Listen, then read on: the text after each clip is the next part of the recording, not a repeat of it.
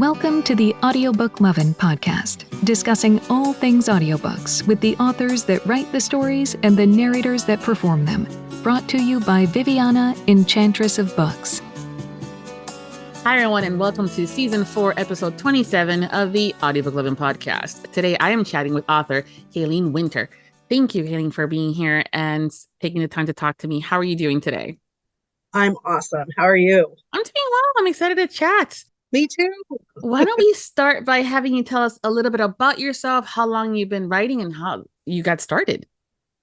Well, I am, I would say, a baby. I'm kind of coming out of the baby author stage, I think. I feel like I've gotten an MBA in all the things book related, self-published related over the past couple of years. But my first book was released in 2020, and it is my final book in that series is actually coming out in March of this year. So it's been this full series that I had in my mind for many, many years, mainly because I've been such a huge fan and a fangirl of so many amazing authors over the years. Reading romance novels has been a not so secret guilty pleasure of mine ever since I've been, a little girl, and my mom read them. And so I would read her cast-offs. And so I've always used that as an escape from my real job and my real, just reading fluff. Just say in my ordinary life, the reading that I do is a lot more technical. And so being able to escape in romance, especially steamy romance, has been just such a huge part of my life that I wanted to do it myself. Yeah. And how was that moment where you just decided you're like, okay, I'm going to do it? Because I find that fascinating, and it takes a lot of guts to put yourself out there. This is actually kind of a cool story because it kind of goes to my husband. My husband is a builder, and he builds houses for everybody. And he finally decided to build our own house. And so we had moved out and packed everything up, and then the house got finished and we were moving back into the house. And I wanted to make sure that everything that went back into the new house was what I like to call curated. Because you know how if you moved many times in your life, you just carry boxes full of crap that you don't even remember what's in the box. You never take the time to look through it. This time I'm determined to go through every single box I have and just get rid of things and purge things that, I didn't need anymore. So as I was doing that, I came across, I had actually sent away this whole big group of boxes from my high school years and my high school and college years. That was just sort of in one of those pods that, they take it away and then they bring it back. So I was going through this and I found all of my old high school notes. And within those notes was this manuscript that I had written when I was 15. When I was 15, I was a huge, huge, huge music fan, as I am still today. And my dream at that time was to marry a rock star. And I wrote a book about it, and it starred me and 3 of my girlfriends at the time. Actually, all 3 are still my friends of mine to this day. But it was us in high school and how we met this band and how we were the girlfriends, essentially. And I was 15 and I read it, and my husband read it, and I actually made PDF copies and sent it to my friends that were in the book, because I used to read it to them every night on the phone as I typed these pages. And we realized it really wasn't that bad. Now, my taste in men was, a dude in leather cheetah pants. So I've evolved since then.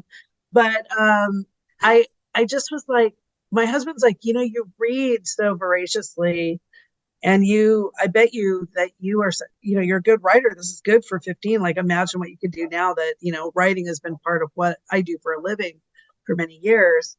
So I just decided to do it. And it took me about a year and a half to get the first draft of Endless, which is the first book that I ever released, which was in June 2020, out. But as I was doing it, I thought, you know what, I need to learn, I need to humble myself and even though I've kind of risen to a certain level in my own career that's not writing, if I'm going to do this, I want to do it really right. So I looked at some of my favorite authors, Carrie Ann Cole and Mary Carr and Jane Diamond and a bunch of authors that I just love. And I saw, oh, you use this photographer, you use this editor. And I actually just reached out and created my own little team. So I found an editor that agreed to take me, and I reached out to a photographer who said that she could do some photos, some photos for my covers. And then of course COVID hit.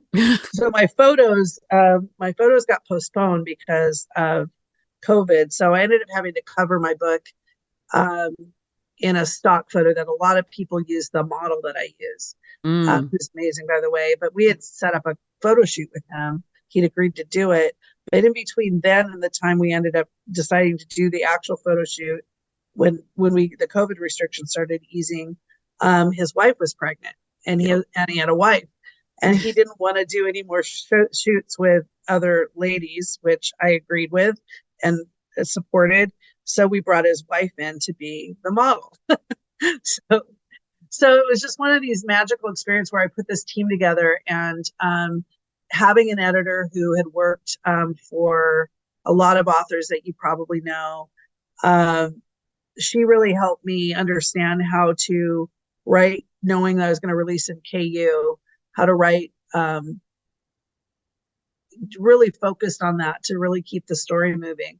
Because with your first book, you just really need help.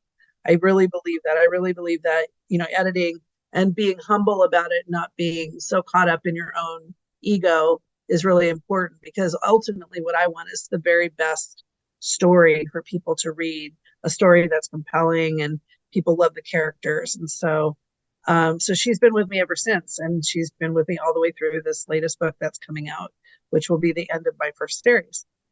Wow. It's great that the husband was supportive. And I think we're pretty lucky in a lot of senses. Many are, and others sometimes are the inspiration for the characters. Others hope they are the inspiration for the characters. But that's fantastic that he was so supportive. Does he sometimes mess with you and say, so what have I inspired lately? The handyman. What's funny is my husband is not a reader. Okay. He's Irish. He's really Irish with the accent and the whole thing. So one of my characters is Irish, which is inspired by him, and actually grew up where he grew up in Ireland. And his family's Irish. They all live in America now. But he has been really, really supportive. I don't think that he thought it would take off the way it's taken off. Nobody does, right? And so when it started, the book started charting in Amazon, which is, I feel very great, just so grateful that people are really loving books. I don't think he realized, oh, this isn't just a hobby. This is something you really love to do. And I love it. I really get into it. I think that he wasn't prepared for the teasing of his friends. So some of my friends, or his friends, wives, have all read the books. And then of course the husbands give him a lot of guff, hey, and they teased me. And finally I was just like, I actually had to not call him out, but I was like, if you're so focused on this, what is missing? Right. Because they were like, oh, you're writing smut. And I'm just like, well, yeah, there's definitely some very graphic sex scenes in my books, but it's about the story and the characters, and the whole smut part of it is not gratuitous, I don't think.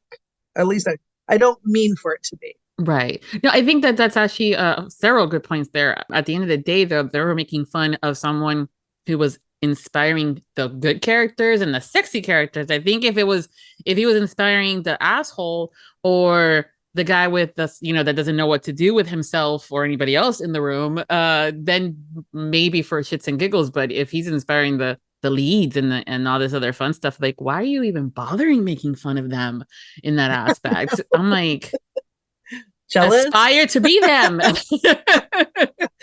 What is your secret, sir? Exactly. Yeah. But I try really hard not to, because my stuff is rockstar romance. This first series is rockstar romance. My next book is not going to be rockstar romance, but it's because I used to be a rock promoter and a band manager, and so I would read a lot of rockstar romance, And there's some really amazing rock star romance out there. And then there's some that I can, just having been behind the scenes for so many years, and it's more of a fan perspective than a like how it really is perspective. And I'm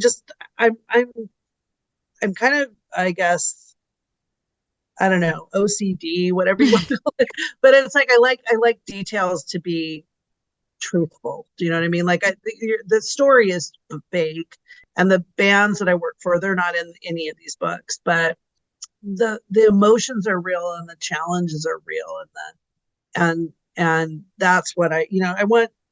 The goal is to sort of make you feel like you're in it, right? And so little details that there's lots of little, I guess, what do you call them, Easter eggs that are, like places that I've been, or like places that my husband and I've eaten dinner at, or places we've visited, or things like that. But there's, I try very hard not to make any of the characters, they're more inspired by than based on, if that makes sense.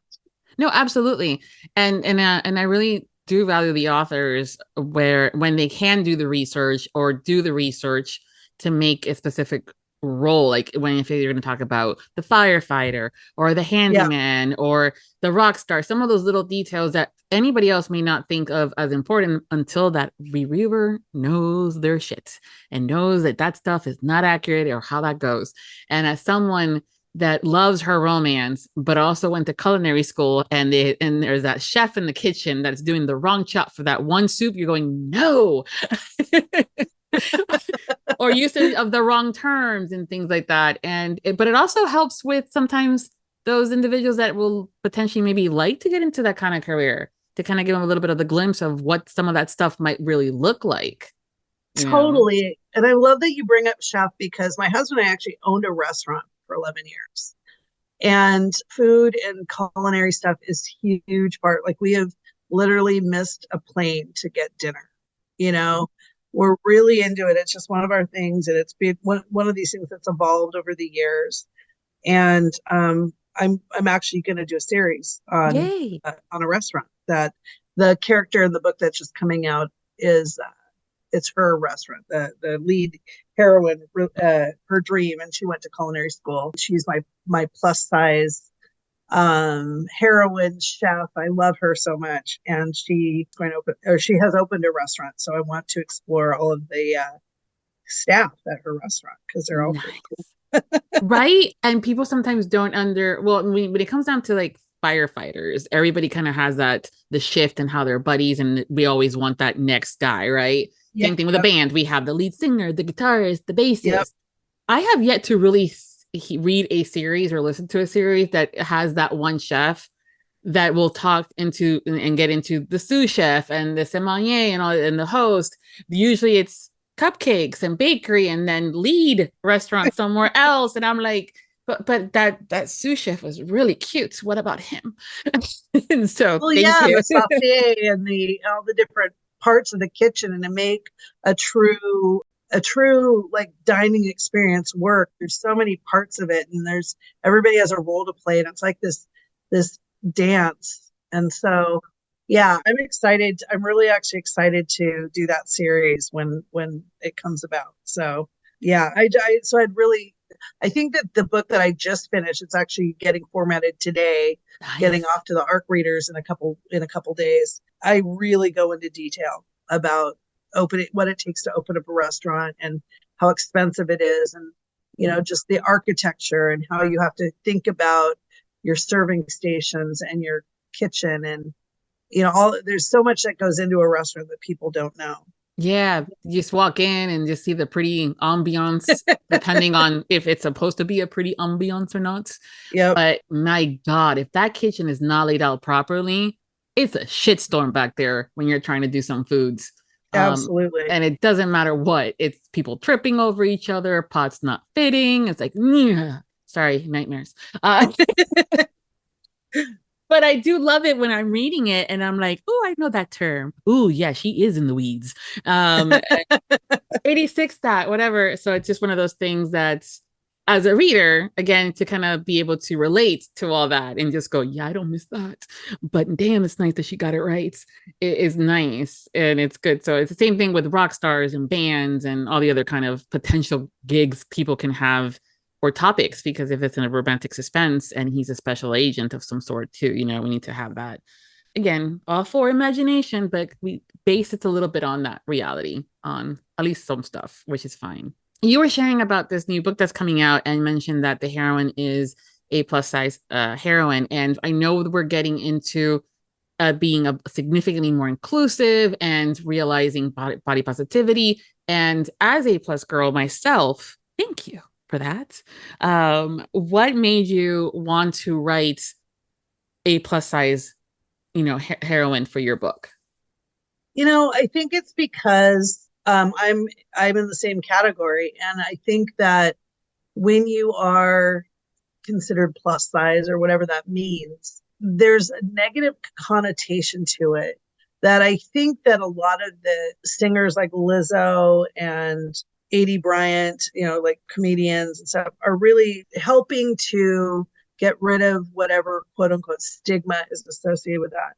And it's one of these things where it's like, I think that every plus size woman has had those moments of where you don't feel like you're as pretty or you're as desirable, or you get comments thrown your way that probably don't get thrown. But I think that the older I've gotten, I've realized that it really doesn't matter what your flaw is. Women generally flaws are pointed out to them. So whether you're super tall and skinny, someone's going to say, well, you have a big nose, and that's going to make that woman feel less than. And so I love the idea of women generally. I'm just such a huge supporter of just allowing women to be who they are and whatever profession they want and whatever size or however they find themselves, that it was really important to me to explore that. And I'm pretty raw in the exploration of it in this particular book, because she's, the story, it's called Timeless Encore is the book that's coming out. I have 8 books in the series, and the first 4 are the HEAs, and the second 4 are their encores, where my theory is, what happens after the happily ever after. Because one of my things is, and I know I'm kind of going on a tangent, I'll pull it back, I promise.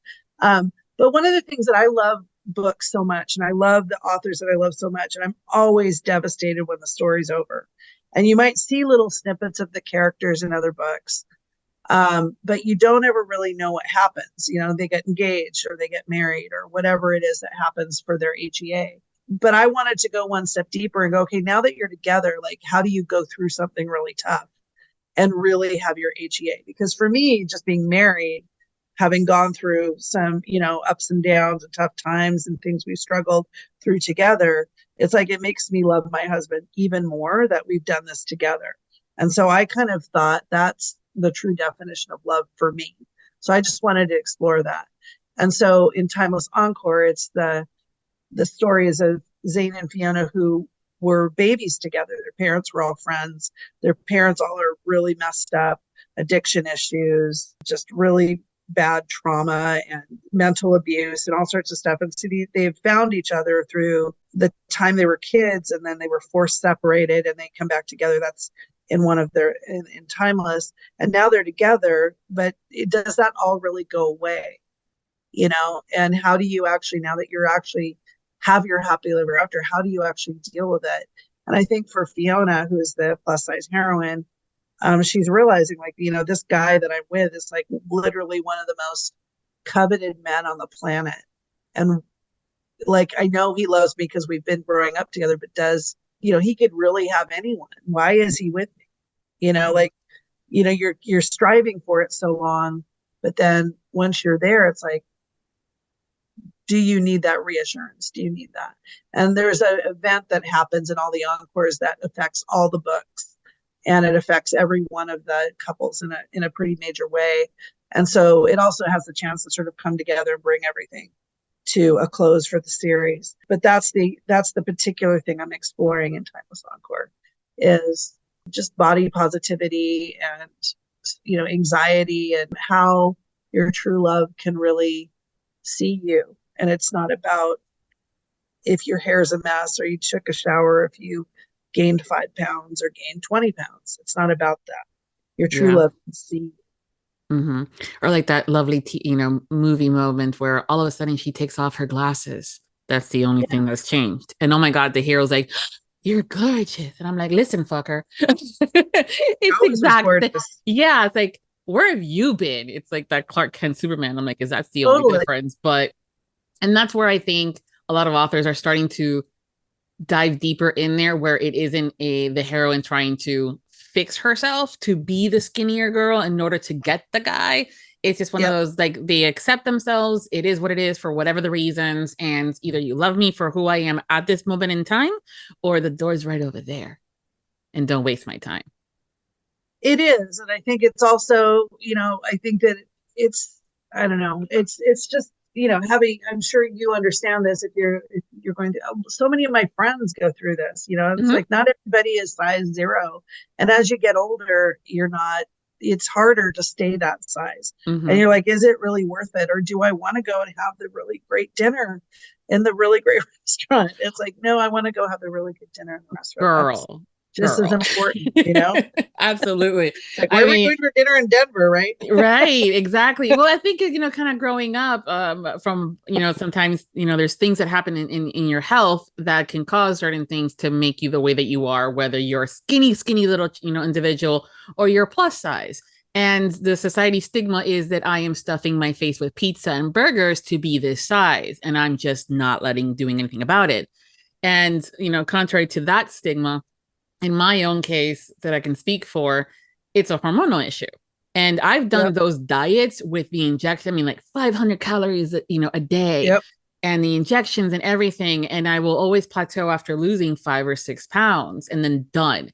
And it gets to the point where I'm literally in the diet. I'm going, you know what? I'm going to earn this and eat that fucking pizza. Because the stress of it is making it worse because, again, hormonal and stresses. And I think now I'm at a point where overall, I'm extremely healthy for my age, as well as the hormonal issues and everything else. And for my own mental sanity, I will go out and enjoy that nice dinner and I'll eat the desserts and, but from a health perspective, also I'll go for my walks and I'll do some exercise. I'll move and kind of look at it that way versus spending hours in the gym. Cause I did that. I would spend hours on treadmills and exercises. Me too. And nothing. And I do mean nothing. And it was frustrating and it was not a good mental place to be at. And to read books where I tried to escape and always never being able to kind of find a little bit of myself personality wise, I am the sarcastic heroine. I like, that'd be, but when you're talking about, oh, she's so gorgeous, she's so beautiful, and she's a size 2. I'm like, even in my best, I was a size 12, 10 in high school. Because I'm Latina and I have curves and I have junk in my trunk. And that's just what it is. And for people sometimes to be considered plus size at a size 12 or 14, I'm going, oh my God, goals. So I appreciate, right? It's funny, but I mean, that's the thing. It's like everybody has their thing. And it's like, I don't know. I just thought, look, there's a lot of authors that I really love that are doing great jobs with it. And I just, I think that when you write what you know and you allow yourself to sort of be vulnerable through your characters, I think that it touches a nerve with people that can relate to it. Yeah, no, absolutely. Well, you hope so anyway. Yeah, and I think it's some people will not be able to relate. Others will find that, the wrong term for that culinary procedure, as far as the move from one table to another or whatever was done. But for me, it's all about holistically the story and the character development. And yes, if there happen to be some sexy times that are, good moments there, that's great too. But I do think that it is a universal thing. Like whether I have a scene in the book where, all the women, they're all, with the rock stars, right?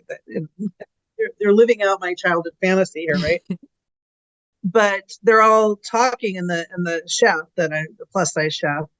2 of the women are talking and they're talking about how, I've got to go on a diet or, I've got to fit into this or whatever, because all women talk that way. Like, yes. I don't want to sugarcoat that. I mean, I hear it all the time, even here in my office. And she's in her mind, the first thing she thinks of, which I have thought many times, is, oh my God, if that woman thinks she's fat, Oh, yes, What do same. they think of me? Like, and of course they're not thinking of you because everyone's really self-focused. But like those are the negative self-talk that you've got to try to find a way to not place yourself in comparison to other women, right? And that's kind of what I mean about trying to go a little bit deep. It's like you just feel that way. Like I don't know any woman that does, right? No, and it's okay to have that moment and go, "Damn, okay, I'm good. All right." Yep, yep. And then get out And of it, she's right? beautiful too, and I'm Mm-hmm. we're all beautiful, and Yes. you know what? Who makes me feel beautiful? Is it really the guy or is it me? Do I actually feel like I'm beautiful? Because when you do feel that way, it radiates. And so Yes. and I also think, when, like I said, whether you're tall, skinny, whatever size you are, there's always something that women have to deal with, which is about their looks. And it's so based on our looks. And it is just something that men don't. I mean, men have this, but Yes. not the same way. Yeah. The levels, I think, of intensity also, I think, is a little bit different, but men do go through it as well. But we're But their so bad to our, value, yes, there's still, their value isn't placed on what they look like, and yeah. that's the difference. Like for men, it's like, what do you do for a living, or what school did you have? And like women, if you have that same school or that same capability or whatever, it still goes back to, oh, but you know you don't dress correctly, or you're too fat, or you're too skinny, or you have a bump on your nose, or whatever it is. You know what I mean? And so it's just a reality that we live with. I didn't know. See, you did. You said we're going to go deep, and I was like, how deep can we go? And here we are. Oh, girl, we can go deep, trust me. But I think it's important to kind of have, I mean, specifically in romance, we are a group of, the majority of the readers, the majority of the writers are women, and we write for other women.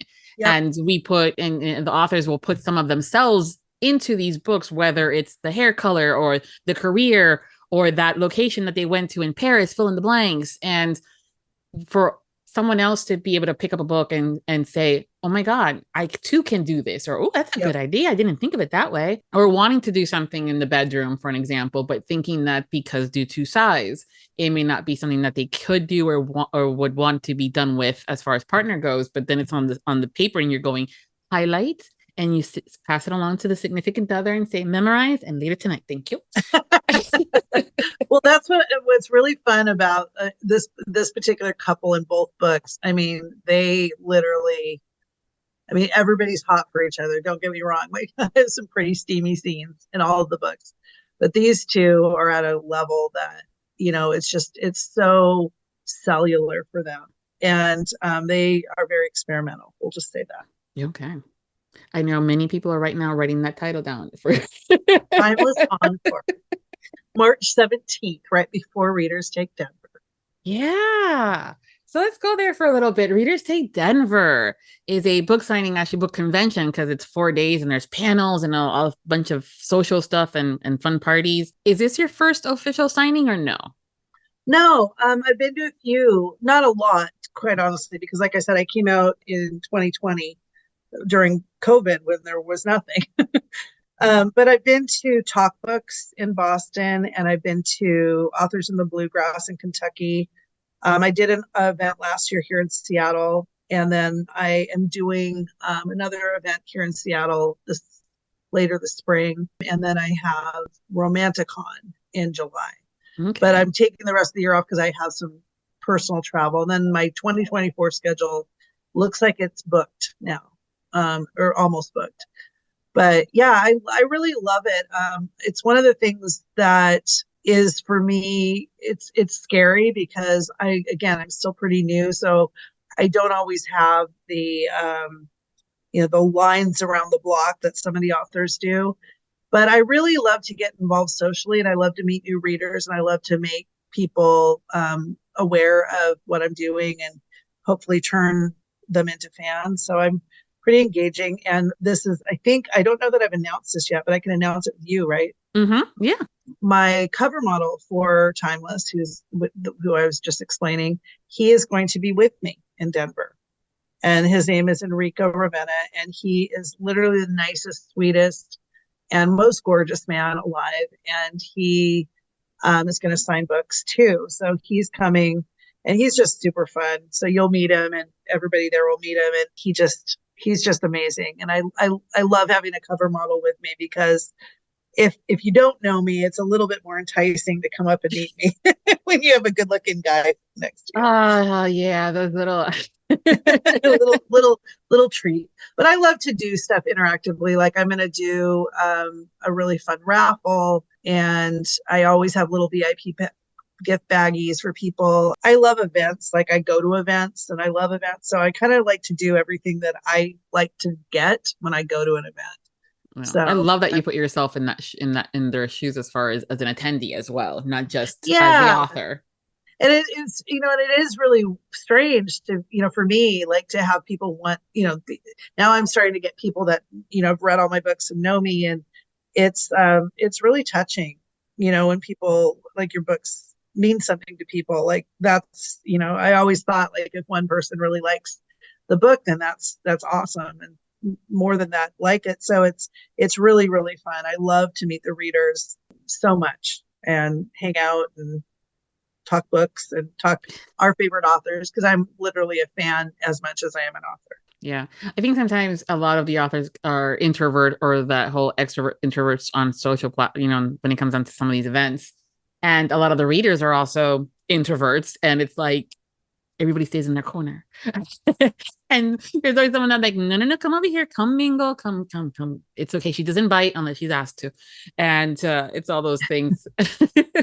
And then you always have those friends that are just going to grab that other friend and drag them across saying, hey, he's here. Had that done to me I really try to be inclusive, because I am also that, I'm the little girl that at my own birthday parties would leave my birthday parties to go up to my bedroom and read. So I'm that girl.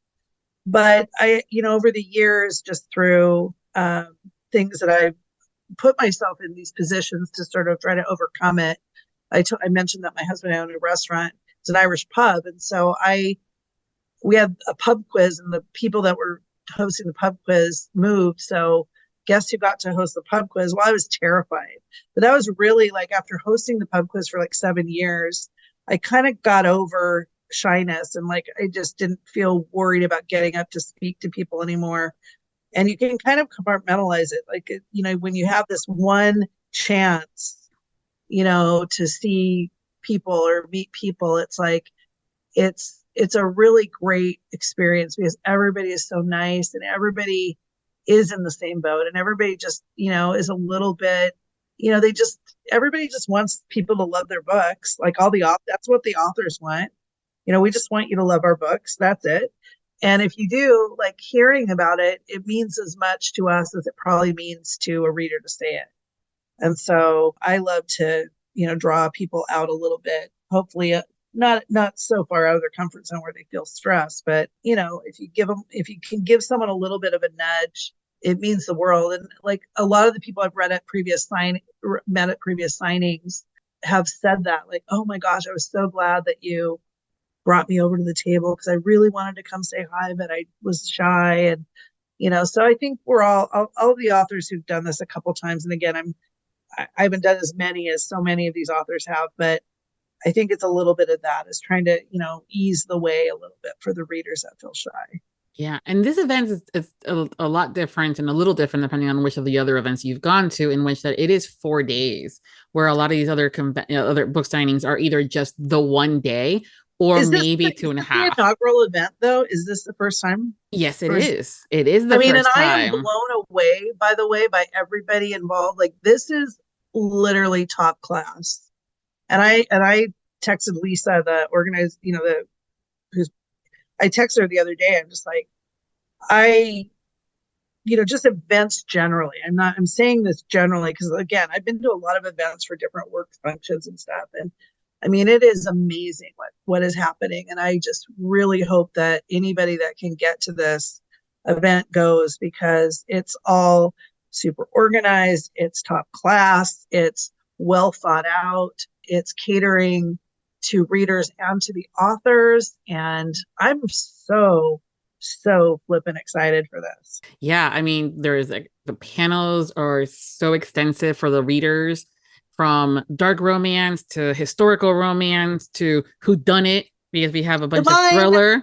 Yeah. From naughty to hottie. To naughty to hottie. Yep. I mean, there's so many different things. And even situations where, because this kind of event is new and it really hasn't been done before, there's also, thriller authors attending and mystery writers and general fiction and stuff like that. So if you read and your significant other reads as well, but not romance, they can still come with you and they can still hold the heavy books, but discover new authors in a different genre that may not be within the romance community and stuff. But yeah, it's gonna be a blast. 4 days, bunch of panels, bunch of parties, all sorts of different goodies. We have a raffle for the charity. Oh, it's so cool. Yeah. Isn't there a film, a screening? And oh yeah, we have we have Passion Flicks coming, and they're doing an entire red carpet, and press will be there, and it's all like, if you want to feel pampered as far as that whole process of what that looks like in the media, as well as getting connected with you guys, the authors. They're also going to have some narrators in-house as well. It's worth every single penny, and you guys can be so much fun. I agree. It's going to be, I'm already planning my assistant who helps me is going to come with me, because it's impossible to set up on your own. You need someone. And she and I just decided to fly in a day early. We're going to come in the night before it starts, just because we're like, you know what? We want a day. Yeah, you need a day. I mean, getting out of that airport yeah. I mean, it's like like I said, I didn't know when I was asked to participate, and I was excited to accept, but I think it's been evolving into what it's becoming, and I couldn't be more excited, because I've gone to a couple of the author conferences like Inkers Con and stuff like that, which are a little bit sort of like combining the signing with those sorts of really great events where you have the authors actually have they can learn about their craft too. Oh yeah, that is true. We're definitely trying to cater to ensure that the time spent there for you guys as a signing author is also beneficial to hone any of the skill sets that you already have as far as writing. But now you may want to write a thriller, or you may want to write one thing or another. And there's so many different workshops for the authors as well that are attending, that it's just a way of us giving back to you guys for coming. And there's a lot of fun stuff going on that end as well for you guys. So I'm excited for y'all to be there and take the classes. And we're even going to have a podcast one about how to work with podcasters for marketing your books. Yay. I got a leg up on everybody. Yeah. Hanging out with you a little early. Well, I mean, times are changing. I mean, you remember reading the books when you were a kid, right? It was your choices were paperback, hardcover. And then fast forward, then they added the e-reader, and now you have Kindles and you have devices and you can read on your phone and all this fun stuff. And then they added audio. And now we have all these, authors doing audiobooks, and, we're falling in love with the narrators and following them, and, discovering new authors and vice versa.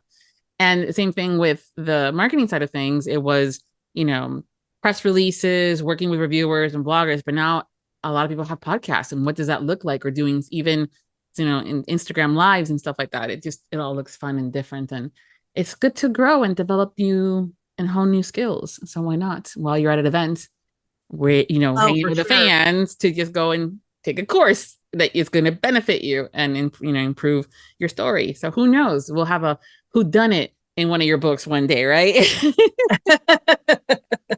Maybe. Yeah. You never know. Which is good. I like having available, as far as openings, like you don't ever pigeonhole yourself to one thing or another. And it's okay if you want to stay in the same genre. That's always great. Trust us, as readers, we're not going to complain. Wherever does he go, we love the style, we're going to follow. Well, I actually have like the next two series read. Like, I know what next two series are going to be, and I have I'm going to release my first standalone this July, which is they're going to all kind of hook into the world, but it's going to be completely standalone. And I'm going to start doing at least one a year standalone, just sort of to get glimpses. I just have all these fun little characters that pop up that may not be a series, but they seem like cool people. So I want to learn more about them. So I got to write them. Yeah, we're the same way. I'm sure you've gotten that DM that said, "So that friend that popped in chapter 3." Yep. Actually, one of my beta readers just texted me about a character in this latest book. It's like, are they getting a book? Because Yep. I'm like, yeah, I think so. I think we'll give them a book. Good. It's always fun when we get to have the moment of the reveal that they're getting that book and then finally devouring that story and then doing the process all over again with another book. But yeah, what did you decide to get your titles in audio? So the first 4 are out. And so Endless, Limitless, Fearless, and Timeless are all out. And I worked with a company called One Night Stand Studios, Erin Spencer, and she's amazing. And they're all we have 2 narrators. And I actually, to pick the narrators was such a fun process. I have a friend here in Seattle that was on a Seattle-based sketch comedy for many years. And so she's an actress, and our dogs play together. So we would sit out in the yard while the dogs played and listen to audition, all the different samples that Erin would send. So I got to pick out my narrators, and they're just, they could be perfect. Well, actually I have 5 out. Restless, which is my novella, is also out. So it's short, but it's out too. And I also have the first 2 encores already recorded. And then the other 2 will be recorded sometime this summer. And then I'll probably release all the rest of the encores soon. Okay. Audiobooks are a thing. Like I always wanted to do them. They're expensive and they're weird to market. So I'm trying to figure that out. I love them and I want more people to listen to them, because even if I don't know, my narrators are all, I didn't know this, but some of them are, pretty well known. And I even think a couple are going to be at Denver. So that's going to be cool. But I love it. What I did do is, another thing I did do because of my background in music, is when I let a couple of my friends who are songwriters know that I was, this author writing rockstar romance, they offered to write songs for me. And they did. So I have 2 Grammy Award winning songwriter friends that wrote songs for me. And so I have an EP that's out everywhere, like on Spotify, that is the band in my books. That's their songs. And it's everywhere. Like you can actually find the songs from Less Than Zero on TikTok or Instagram and use them because it's released everywhere. But I also incorporated the music from that EP into my audiobooks. So you get a little bonus if you get the audiobook. So nice. Yeah, I just love them. That's honestly, it's on my list this year to do, is like figure out how to do better at marketing audiobooks. Yeah, it's definitely a bit of a skill set. It's not any much that different, but there's a lot of little nuances and other things that can happen. And working with the narrator is always the biggest, suggestion I always give authors about having that relationship with the narrators to be able to, cross promote and all that fun stuff. But yeah, my narrators have been great. They're so great. Yeah, CJ Bloom, she's going to be at Denver. Well, she's one of my narrators. She's actually Fiona. Yeah. Yeah, I was looking through your list and I'm going, no, not going. Was invited. APAC. Unfortunately, our timing for this event goes right up against the equivalent of the Grammys and actually the Oscars for audiobooks, which is the Audies, and then their conventions for their own developmental skills and trainings and business stuff is APAC, and that is the same. So it's like APAC is a convention, and then they close with the Audies, and timing was before. Is it the same weekend? It's right. Yeah, we're back to back, basically. I think it's the week before weekend, and then they would have lesson time. But also remembering that the narrators don't get an opportunity to actually mingle all the time. So many of them have also added that buffer of right after or before the events to connect and, network and just hang out with friends and sit and knit and all this fun stuff that they do sometimes because they don't get that opportunity. And since they're there, let's just do it. So next year, the dates are different. So we'll have significantly more narrators in attendance, as well as other fun, more focused on audiobook stuff for both the listeners and the attendees, but also on the, like I was saying, the business side of things for the authors. So lots of plans, lots of fun stuff happening. I'm so excited. Yeah.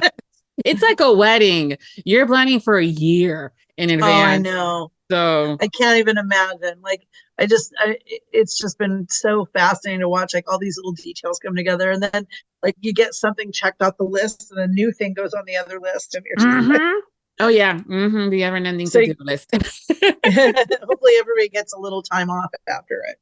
Okay, yeah, or not. Love you, Lisa. What's time off, right? Yeah, no, you know what? When you're having fun, and I'm sure it's the same thing with the books. When you're having fun and you're doing it because it's what you love and what you're passionate about, it's not work. I'm not gonna lie. Has been nights where I'm sure the team at one point or another is like done and grabs the bottle of wine, because it's not just a glass, it's an entire bottle. And then the next day you start fresh and you start again, right? It's just with any job. But yeah, it's going to be a fun event. And I am very much looking forward to hanging out with you and hanging out with some of the other authors and getting a lot of cool books, because they're going to be there. So I'm going to grab them. That's amazing. Yeah. One of the things I'd love to do with our guest is to play the game of Two Truths and a Lie. You guys are constantly creating these fictional characters, which technically makes you good liars. But I'm intrigued. I think I would love to have been a psychologist kind of a thing background of how you go about that, creating that list of yours, and what potentially could be the part that is semi-truthful, but also that one detail makes it the lie. So if you're ready to share your 3 things, what are they? Sure. Okay. My 3 things are: I go to the Grammys every year. Number 2 is Eddie Vedder bought my washer and dryer from me. And number 3 is that I met my husband in an Irish pub on St. Paddy's Day. Okay. See, this is all where, again, I was saying the details, right? Us, sharing that he's Irish. It could have been an Irish pub. It just may have been a different date, or it could have been the right date, but just a different type of, pub. It's not the Grammys, it's the Tonys, stolen awards. And, instead of a washer and dryer, it could have been anything else or different rock star. The possibilities are endless. I'm going to go with Eddie Vedder buying the wash and the dryer. Is the lie? Yes. No, that's actually the truth. The lie is that I go to the Grammys every year. I don't go every year, but I go every other year. So. See, it's that one little difference. Dang it. I know that's one of my favorite. That's one of my favorite party tricks, because it's just funny. I used to work for his band, so he rented an apartment for me and he needed the washer and dryer. That's why you just never know when when you're hanging out with someone or you go to these conventions, who they might know or who they are sometimes in the community. I've had so many people bust out with saying something and then they discover who they were talking to and they're like mortified, or they're completely starstruck because they did not realize that was the person that they were all going goo goo gaga. Oh my God, they're a fantastic writer. And I'm like, I know that they don't show their face online, but that was them. And they're like, oh no. And it's they don't realize that the writer's probably like, oh my gosh, I feel so good. I can't believe people love me. Yeah. No, that's why I'm always a firm believer of like, hey, when you are a fan of an author, whether it's a quick little note on social media, writing that review, sending, anything via email, just to, buying their books and leaving just a basic star review is a way to say thank you for what they're doing as far as sharing the story. And, again, those little notes, or when you go to these events, letting them know what these stories mean to you, it helps. And I think sometimes anytime that you're having that moment where you're like, that's it, I don't have another story, nothing is good, because, imposter syndrome, it happens to everybody. And then to have that, that note and you're going, okay, fine, I'll try it again. And one of the other things that I think is super cool too is that, so many authors are also supportive of other authors. And one of the authors that's also attending Denver is a friend of mine now. She's become a friend, a very good friend. Her name is Mary Carr. And Mary's, best-selling author on all the charts, all the things. And I reached out before I published Endless years, now it's been 3 years, almost 3 years. I reached out to probably 10 of I would say my most read authors. And I just said, hey, I'm about ready to embark on this journey. And I was just wondering if you would give me one piece of advice that you wish you had known before you were before you got published. And honestly, everybody was pretty good. A couple people didn't answer, but I've come to realize that, if they have Gmail accounts, probably got filtered in spam because I'm sort of cold emailing them or whatever. And I won't mention names, but Mary got back to me right away. And she said, if you'd like, I'm happy to read your book and give you a review. And I was like, what? Like, this is like an author. I've read everything she's ever written. And I sent her the book and she gave me my very first review. So Endless came out with like a review. And for authors, when you're on Amazon, particularly, Amazon doesn't allow you to use reviews in your ads or anything unless it's somebody who has what they call credentials, meaning they're on a New York Times or USA Today best-selling author. So when you're a brand new author, giving that level of support to another up-and-coming author can literally bolster your confidence and make you feel like, I want to do this. And so I'm giving a shout out to my friend Mary, because honestly, she did that for me. And I hope when I'm not quite on the New York Times best-selling list yet, but when I get there, I will absolutely return the favor. Yeah, there's a lot of information that's available online and people can Google. And I always say start there. But because there is so much information, then it becomes like, well, to what extent is it truthful, or, how much of it is actually potential factuals and stuff like that. So being able to connect with another author to get that kind of suggestions and help is fantastic. But also too, definitely Gmail goes into spam, and other times people are on deadlines. I'm sure you as well. Deadlines are... I know better now that I'm trying to come up with a writing schedule. I'm like, oh my gosh. Yeah. It's like, and also my favorite, because it happens to me all the time. I get the email, I look at it, have that whole like, oh, this is awesome, I'll reply back. And then it's no longer in my inbox as far as unread. And so it stays in the other folder, and you forget because you get busy with other things and you're going, I know I have to do something and I don't know what it is. And where is it? And now it's like all these other emails have come in. I can't find it. I know. And you have deadlines and you're going, I swear, God, I'm sorry. But yeah, that's where, too, social media nowadays, sending a quick DM sometimes is helpful too. So if the author's on there. Any way you can get a hold of someone. Oh yeah, I've tracked down many narrators, very different formats, and same thing with authors. So gotcha. For sure. One last question. You write with words all the time and you use them for both day job and author or stuff like that. What's your favorite word? Which is different than that of favorite curse word, because that's the second part of the story. What is my favorite word? I would just say inspiration, probably. Because it covers all the things that you want to be inspired and you want to inspire. That's honestly, that's how I've always lived my entire life. Perfect. So what's your favorite curse word? Fuck.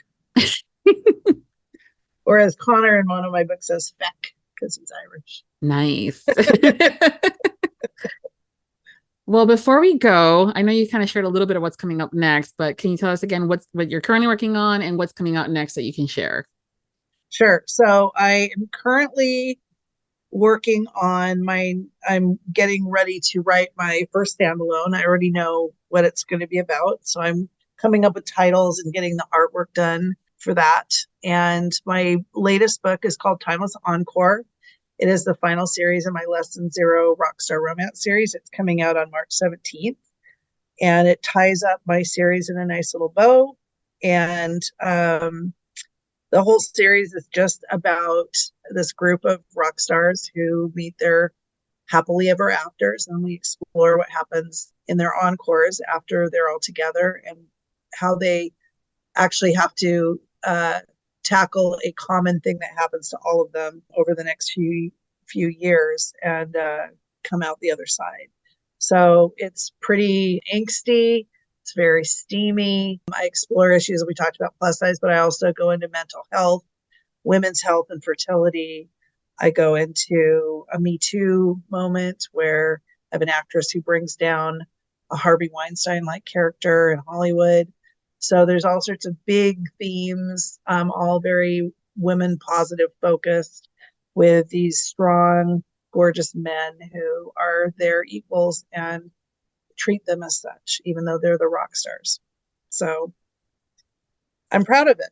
And I'm really excited to go into my other series and sort of branch out a little bit, like I said. But Lesson Zero is what has gotten me to where I'm at. And it is always going to be, probably this very special, loving place in my heart for a lot of reasons. Well, I look forward to meeting you in person in Readers Take Denver and catching up. And I'm going to be checking out that Spotify list because I'm curious as to what that's going to sound like. And I'm always looking for new songs and new fields. So definitely. Yeah. The band is Lesson Zero in Spotify. Yeah. No, I'm definitely looking it up. My musical taste is very eclectic. I have from like Vikings and Celtic songs to like funk and new rock and all Amazing stuff. So yeah. So they're all over the platter. The space from there. But thank you so much for taking time to hang out with me, and it's been so much fun. I'm going to include all your information as far as social media links and websites so the readers and the listeners can find you over at the main landing page at Viviana, Enchantress of Books. And until next time, happy listenings. Thank you to all of our Audiobook Lovin Podcast Patreon. Special thanks to Nixley Zenner, Carol Liebner, Brittany Robinette Leiter, Michelle Bastard, Brandy Schmidt, April Branson. The Audiobook Lovin Podcast has special Patreon access levels. Join today to receive benefits including early access to episodes, shout-outs, special exclusive content, and much more. Support the podcast by becoming a Patreon at www.patreon.com/audiobooklovin. We thank you for your support. Thank you for joining us on the Audiobook Lovin Podcast, hosted by Viviana, Enchantress of Books. For links and more information discussed in today's episode, previous podcasts, or the Audiobook Lovin Series, please visit our website, vivianaenchantressofbooks.com. If you enjoyed today's episode, please leave a positive review wherever you listen to our podcast. Until next time, happy listening.